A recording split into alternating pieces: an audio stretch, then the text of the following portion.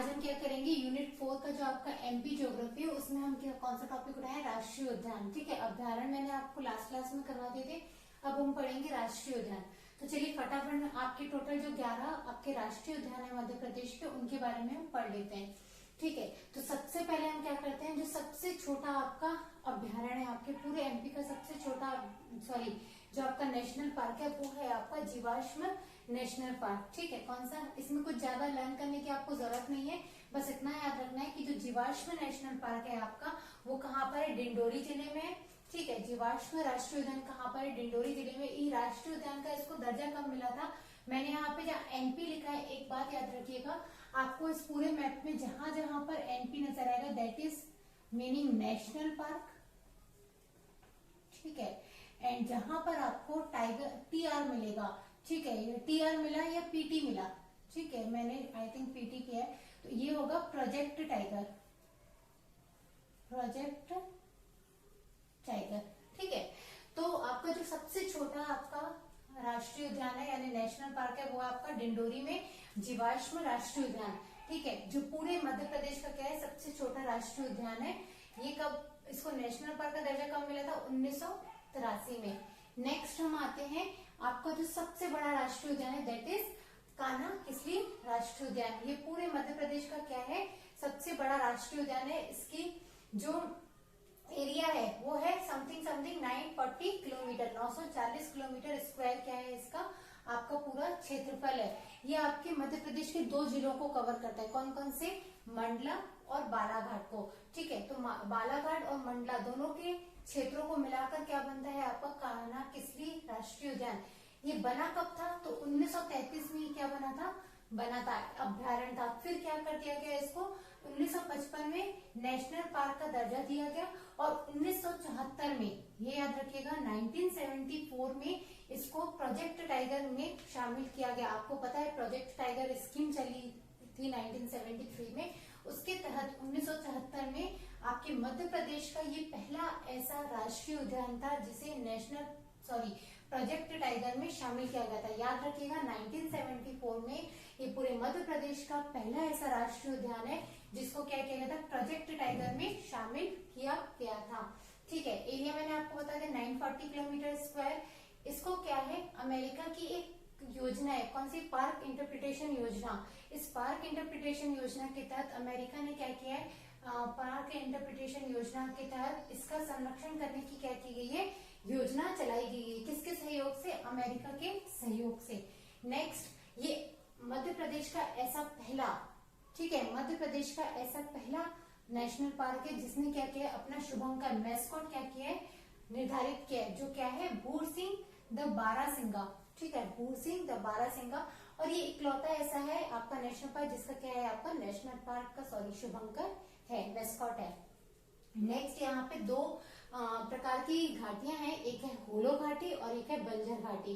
तो बहुत ही इंपॉर्टेंट है आपका काला किसली। देखिए इसके कितने सारे आपके फैक्ट्स हैं। एक तो सबसे बड़ा है, ठीक है, पहला ऐसा है जिसको पार्क इंटरप्रिटेशन योजना के तहत अमेरिका के द्वारा सहयोग मिला है। नेक्स्ट, इसका एरिया 940 किलोमीटर है, 940 किलोमीटर स्क्वायर है। ठीक है, और ये मध्य प्रदेश का पहला राष्ट्रीय उद्यान भी है, सबसे बड़ा राष्ट्रीय उद्यान भी है और सबसे पहला राष्ट्रीय उद्यान भी है, और सबसे पहला ऐसा राष्ट्रीय उद्यान है मध्य प्रदेश का जिसको प्रोजेक्ट टाइगर के तहत टाइगर रिजर्व घोषित किया गया। ठीक है, और इसका शुभंकर ऐसा पहला राष्ट्रीय उद्यान है पूरे मध्य प्रदेश का, इकलौता राष्ट्रीय उद्यान है जिसका क्या है, अपना एक मैस्कॉट है यानी शुभंकर है, दैट इज भूर सिंह द बारासिंगा। और यहाँ पे 2 घाटियां हैं, होलो और बंजर घाटी। तो ठीक है, काला किसली बहुत ही इंपॉर्टेंट है, इसको याद रखिएगा, बहुत सारे फैक्ट्स है, कहीं से भी क्वेश्चन अराइज हो सकता है। नेक्स्ट है आपका सिवनी या छिंदवाड़ा में जो आने वाला पेंच। ये इंपॉर्टेंट इसलिए है क्योंकि ये मध्य प्रदेश और महाराष्ट्र, यहाँ मैंने नोट डाउन नहीं किया है, बहुत ही कॉमन सेंस है। देखिए एकदम आपके बॉर्डर पर आ रहा है मध्य प्रदेश के नीचे साउथ बॉर्डर में, और आपको पता है इसके जस्ट नीचे क्या है आपका महाराष्ट्र लगा हुआ है। तो सिवनी और छिंदवाड़ा के अंतर्गत इसके क्षेत्रों को लेकर आता है, और ये क्या करता है, मध्य प्रदेश और महाराष्ट्र की सीमा भी बनाता है। ठीक है, दोनों की सीमा में आता है। तो ये इसका नया नाम घोषित कर दिया गया पेंच राष्ट्रीय उद्यान से, इंदिरा गांधी प्रियदर्शनी नेशनल पार्क। याद रखिएगा, एग्जाम में क्वेश्चन आ सकता है कि इंदिरा गांधी प्रियदर्शनी नेशनल पार्क किसे घोषित किया गया, तो पेंच राष्ट्रीय उद्यान को कहाँ पर है, तो सिवनी और छिंदवाड़ा में, ठीक है। यहाँ पर मोगली लैंड भी बनाया गया है। क्या, मोगली लैंड, आपको पता है मोगली की अपनी एक कहानी है, तो यहाँ पर क्या किया गया, मोगली लैंड भी बनाया गया 1992 टू 1903 में, ठीक है। यानी 1992-93 में इसको क्या किया गया था, टाइगर रिजर्व घोषित किया गया था। और ये बना कब था नेशनल पार्क, तो 1975 में नेशनल पार्क बना था। आपको ये याद रखिएगा कि नेशनल पार्क, अभ्यारण्य से नेशनल पार्क बनने की एक जर्नी होती है, ठीक है। बहुत सारी चीजें क्या होती हैं, रेस्ट्रिक्शंस आ जाते हैं। अभी मैं आपको पढ़ाऊंगी, एक ब्रीफ इंट्रो दूंगी कि नेशनल पार्क बनने के बाद कौन कौन से रेस्ट्रिक्शंस उसके साथ जुड़ जाते हैं, कौन कौन से प्रतिबंधन उसके साथ बंधन जुड़ जाते हैं, ठीक है। तो नेशनल पार्क कब बना, ये अभ्यारण्य था, पेंच पहले से ही था, लेकिन इसको नेशनल पार्क कब घोषित किया गया, तो 1975 में, ठीक है। यहाँ पे WB दैट मीन्स यानी वर्ल्ड बैंक, विश्व बैंक की संरक्षण योजना के तहत क्या किया गया, इसको शामिल किया गया। यानी वर्ल्ड बैंक की जो एक संरक्षण योजना चल रही है वनों को संरक्षित करने की, उसमें क्या किया गया, पेंच राष्ट्रीय उद्यान that is Indira Gandhi Priyadarshini national park को क्या किया गया, इसमें शामिल किया गया है। सबसे इम्पोर्टेंट पॉइंट पेंच राष्ट्रीय उद्यान या इंदिरा गांधी प्रियदर्शनी नेशनल पार्क का ये है कि यहाँ पर कृष्ण मृगों, ठीक है, यानी जो काले हिरण है उनकी संख्या बहुत ज्यादा है यहाँ पर।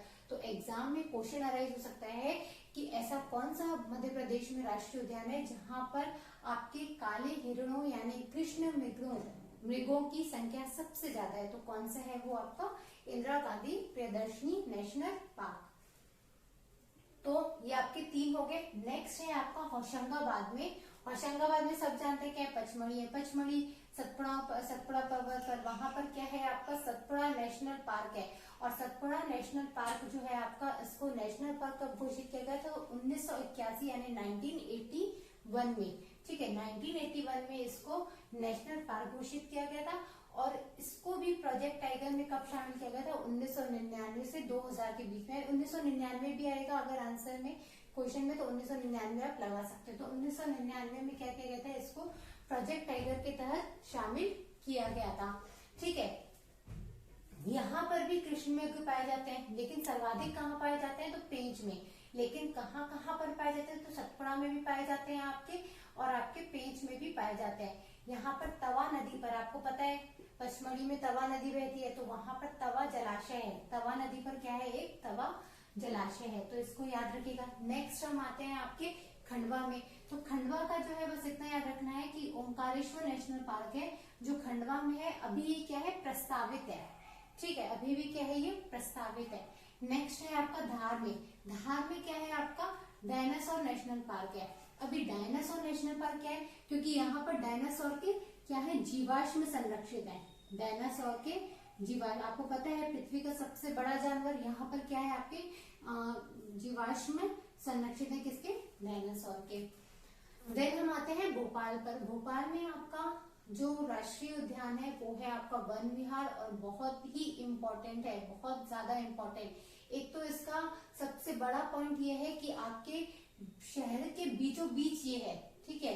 यानी आप देखते होंगे अधिकतर नेशनल पार्क अभ्यारण्य क्या होते हैं, जंगलों में आउटर साइड पे होते हैं शहरों के, ये आपके शहर के एकदम बीचों बीच है, ठीक है। बहुत सारे इससे रिलेटेड पॉइंट है कि इसको 1979 में नेशनल पार्क घोषित किया गया।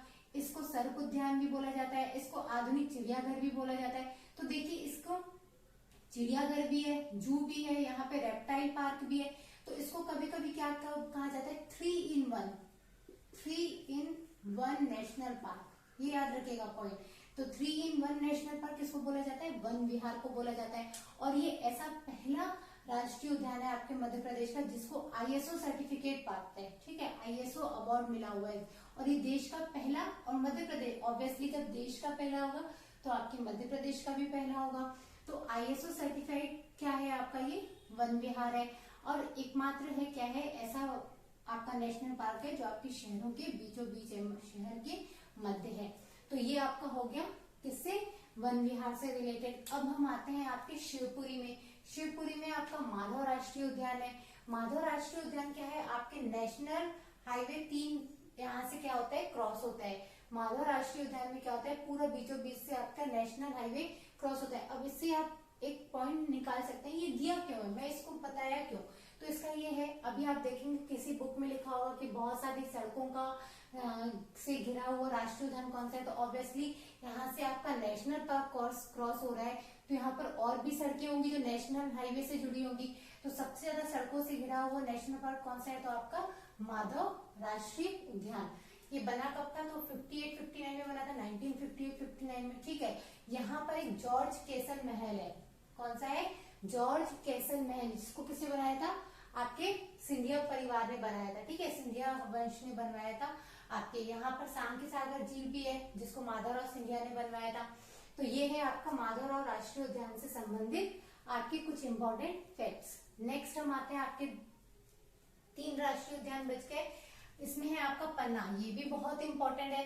क्यों इंपॉर्टेंट है, क्योंकि यहाँ पर आपकी क्या है, रेप्टाइल पार्क है। अब रेप्टाइल पार्क आपके 2 हो गए हैं, देखिए वन विहार में भी रेप्टाइल पार्क है, पन्ना में भी रेप्टाइल पार्क है, ठीक है, तो कंफ्यूज मत होइएगा।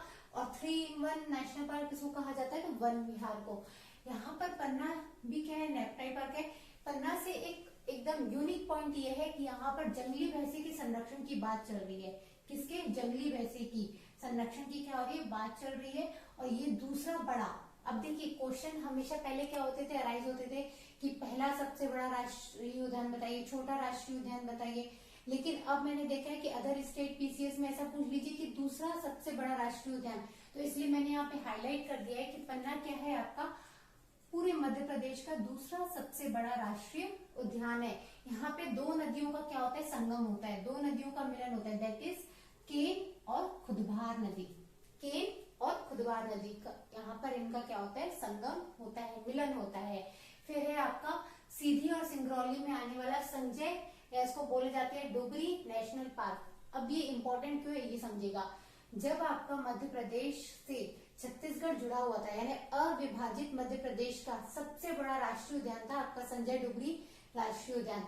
लेकिन जब आपका मध्य प्रदेश से छत्तीसगढ़ अलग हुआ, तब इसकी क्या हो गया, क्षेत्रफल घट गया और ये आपका राष्ट्रीय उद्यान ऐसा हो गया, इसको भी प्रभावित किया गया और इसको भी 2 भागों में बांट दिया गया। जो क्षेत्र छत्तीसगढ़ में आता था वहां छत्तीसगढ़ में चला गया, और जो क्षेत्र आपका मध्य प्रदेश में आता था वो मध्य प्रदेश में आ गया, ठीक है। तो संजय डुगरी राष्ट्रीय उद्यान अब क्या हो गया, छोटा हो गया, इसलिए कान्हा किस लिए बड़ा हो गया, ठीक है। तो क्यों हुआ ऐसा, अविभाजित, अगर ऐसा क्वेश्चन कंफ्यूज कर सकता है, आप वर्ड्स को गौर कीजिएगा। अविभाजित मध्य प्रदेश में सबसे बड़ा राष्ट्रीय उद्यान कौन सा था, आपका संजय डुगरी राष्ट्रीय उद्यान। और अभी प्रेजेंट में, वर्तमान में मध्य प्रदेश का सबसे बड़ा राष्ट्रीय उद्यान कौन सा है, तो कान्हा किसली है, ठीक है, कंफ्यूज मत होइएगा। इसको भी 2008 में क्या किया गया था, प्रोजेक्ट टाइगर में शामिल किया गया था, और 1981 में इसको क्या मिला था, नेशनल पार्क का दर्जा मिला था। अब मैं आपको बार बार बोल रही हूँ कि नेशनल पार्क का दर्जा इसको इस समय मिला था, इसको इस समय मिला था, तो क्यों मिला था, ये देखिए नेशनल पार्क का दर्जा मिलने का अर्थ क्या है, क्या प्रभाव पड़ता है। तो आपको पता है वन संरक्षण अधिनियम 1972 के तहत क्या किया जाता है, अभ्यारण्यों और राष्ट्रीय उद्यानों के क्या किया जाता है, संरक्षण और स्थापित किया जाता है, उनको दर्जा दिया जाता है, या नेशनल पार्क का या आपके वाइल्ड लाइफ सेंचुरी का, ठीक है। तो यहाँ पर क्या होता है, जैसे ही किसी क्षेत्र विशेष को राष्ट्रीय उद्यान घोषित कर दिया जाता है, तो उस पर क्या इफेक्ट पड़ता है, पहला वहां पर मानव हस्तक्षेप क्या हो जाता है, वर्जित हो जाता है। यहाँ पे मैंने क्रॉस का साइन इसलिए लगा दिया है, आपको मैं जितना हो सके ना एकदम शॉर्ट में पढ़ाने की कोशिश करूँ, ताकि आप एक ही स्लाइड में क्या कर दो, एक ही बोर्ड में जितना भी आपको मैंने प्रेजेंट किया है, आपको कहीं और चीजें लिखने की जरूरत ना पड़े, ठीक है। तो बहुत शॉर्ट ट्रिक्स में मैंने आपको पढ़ा दिया है। तो ये क्रॉस का अर्थ ही यही है कि यहाँ पे वर्जित, ठीक है, प्रतिबंधित, ठीक है, प्रतिबंधित,